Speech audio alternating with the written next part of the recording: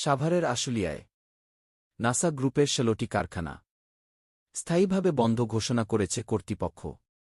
বিদ্যুৎ গ্যাস সংকট ও অর্ডার না থাকার কারণ দেখিয়ে ২৫ সেপ্টেম্বর থেকে কার্যক্রম বন্ধ থাকবে।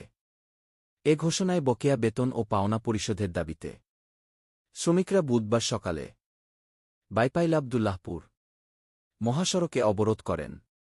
১ ঘণ্টা ধরে চলা অবরোধে উত্তেজনা ছড়ালে পুলিশ জল কামান ও কাঁদানে গ্যাস ব্যবহার করেন।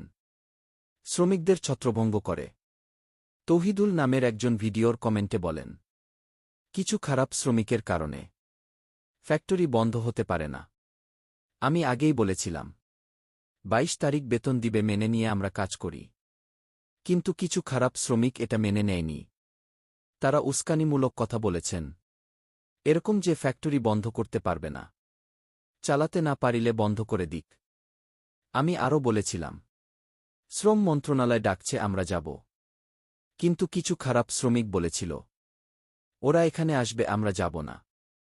ওই কিছু খারাপ শ্রমিকের কারণে আজকে ২৫,০০০ মানুষ বেকার। বড় কষ্ট লাগে আজকে।